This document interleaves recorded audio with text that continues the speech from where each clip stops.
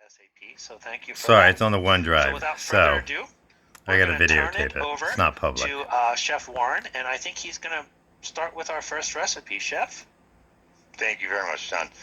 First off, we're going to start today with a sweet potato breakfast hash.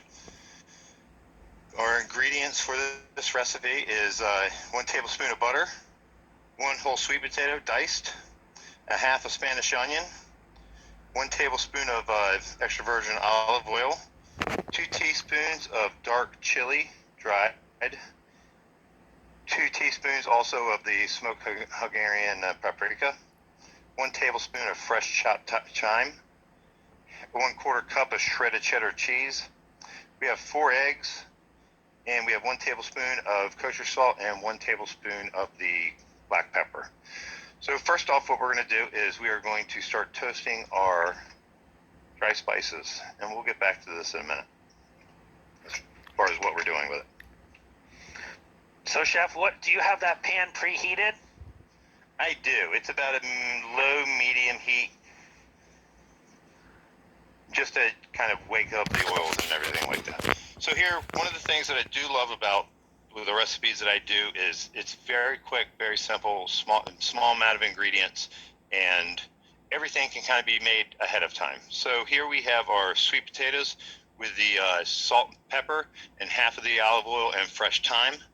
We have that roasted in the oven at 400 degrees for about 30-40 minutes, or until it gets tender. Everyone's ovens is different wherever you are, so it depends if you have a convection oven or a conduction oven. So time and temperature is relevant. However, you really want to just pay attention to how done it is, the softness of it. So as we get back to our toasting our spices, basically all we're trying to do is all spices, the dried ones, have oils in them that have been dried out because it's a dry spice. So basically what we're trying to do is we're trying to slowly wake those oils up, and the aroma that you'll get off of them. You can have just a little bit of dry spice, and if you toast it, you can magnify that flavor probably about at least 5 to 10 times. Next up, what we're going to do is we are going to julienne our onion. And those of you that have joined us on our Instagram account for the Urist team here at SAP, for those of you that have not, the web address is SAP_Urist_marketplace. About a couple of weeks ago, I don't think it's posted yet, I did a vegetable knife skills. So that once that comes out, you should definitely check that out. Also, a great video concerning with knife skills. Also, with Chef Robert Joyce, he did a knife and knife maintenance video, which was fantastic. So if you have a chance, check that out for sure. Well, now that we have our spices kind of woken up, we'll add our oil into it. So, Chef, you said that was olive oil you're using there? Yes, sir.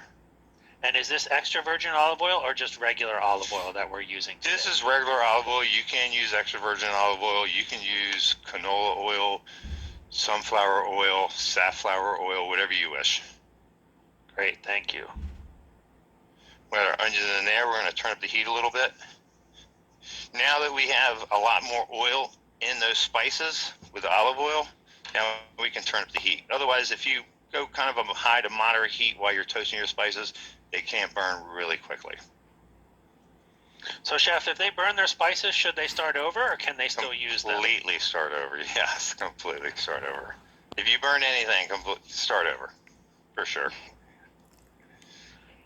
So one of my favorite things about this recipe is the story of hash. Basically, it's kind of the beginning of being frugal with your food. Back in the old days, a lot of people used to grow their own vegetables, and they put a lot of time and effort into it, and they were very frugal with the money that they actually spent on food. So to waste food, to throw food away that you took your time and love to grow in your garden or out in the field, was not even heard of. So Grandma would always cook up lunch, and she would cook up dinner, and whatever little scraps and leftovers that she had, either you didn't eat or she didn't serve, she would save for the next morning. And she would kind of just make a maritage of all the different vegetables, root vegetables, and whatever scraps of meat that were left over. And when we do a hash, there really is no right or wrong way of doing it. It can be an all vegetable hash. It can be an all Brussels sprout hash or anything. Primarily, though, it's a lot of root vegetables. You can use bacon, turkey, anything you wish, and you can use all different types of spices, from Cajun spices to Italian spices. So now that this is heated up a bit, we do have our cheddar cheese. We have a couple pieces of the butter. Butter is going to be a nice bridge once it melts to combine all the flavors. You have the sweetness of the onion, the different spices of the smoked paprika, and the cheddar cheese. So once that melts, when it's cooking, it's going to bridge all those different flavors. It's very nice. So, Chef, that looked like about 4 tablespoons of butter. Is that correct? That was not 4 tablespoons of butter. You're going to make me check this. This is only about 1 tablespoon of butter. Oh, 1 tablespoon of butter. I'm sorry. Yeah, these are very small pieces of butter. So if you definitely want to try to cook healthy, is a big thing. If you don't have to use a lot of butter or a lot of oils, there's really no sense in it. One of my favorite things about sweet potatoes is it is an absolute superpower of nutrition. There's so many different things going on with that. So here I have my sweet potatoes. I'm going to put a little bit more thyme in here. I love thyme. And we got a little salt, a little pepper. Hold on. And also have my your shout outs onions, coming my soon, spices, bitch. and my cheddar cheese in here while I mix this up. Michelle, is there any other great things about sweet potatoes? Absolutely. Thanks, Chef Warren. So, Chef Warren is using sweet potatoes, which is a healthier I love you, vegetable baby. for us than white God damn it, potatoes. I love you so much. And did you know, though, that there are over 6,000 different types I'm not of talking to sweet Michelle, potatoes Jessica, I'm worldwide? talking to That's you. pretty staggering statistic there. But we in the United States tend to get just 3 different varieties. Beauregard, Garnet, and Jewel are the most common ones, and they tend to have this really rich, deep orange flesh. And that's where the phytonutrient beta-carotene is. And that is converted into vitamin A in our bodies when we eat it. But a lot of the nutrients are actually right at the skin or right under the skin. So be sure that you keep that peel on so that you can keep that fiber and the nutrients in the food when you are making that. And plus, it's low food waste because you're not throwing out those skins. So thanks, Chef Warren. Back to you. Thank you very much, Michelle. That's fantastic information. So, as I said, one of the things I do like about these style of recipes is that it's very easy to do, and you can have a lot of fun with it. Especially now that it's the holidays, you're going to have a lot of guests over, entertaining, and as you're trying to cook, as everyone knows, everyone likes to go into the kitchen and bother you while you're trying to get everything ready. So, we're going to lightly place this into a cute little large coffee cup.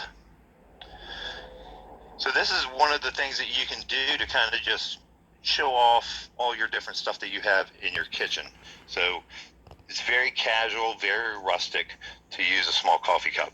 Another great thing about this is you can make this the night before, stick it in the refrigerator, and then when everyone's waking up, ready to do Christmas or whatever holiday festivities you're getting ready to do, all you have to do is crack 2 eggs on top of it and put it in the oven, and then you're done. And then once they cool, everybody's going to ooh and ah, and they're going to be super happy with it. So next up, all we have to do is crack our 2 eggs right on top. And like I said earlier, with hash, you really don't have to use eggs. You don't have to use anything. You can do an all-vegetarian hash. You can do a lot of meat. You can do whatever you wish. There are no rules when it comes to hash. All eggs, no matter how you're going to cook them, should definitely be seasoned. And if you have particular fussy eaters that don't like a fried or like a baked egg or a poached egg, you can do fried eggs. Poached eggs are very sophisticated with this. It makes it very beautiful when you crack that yolk open.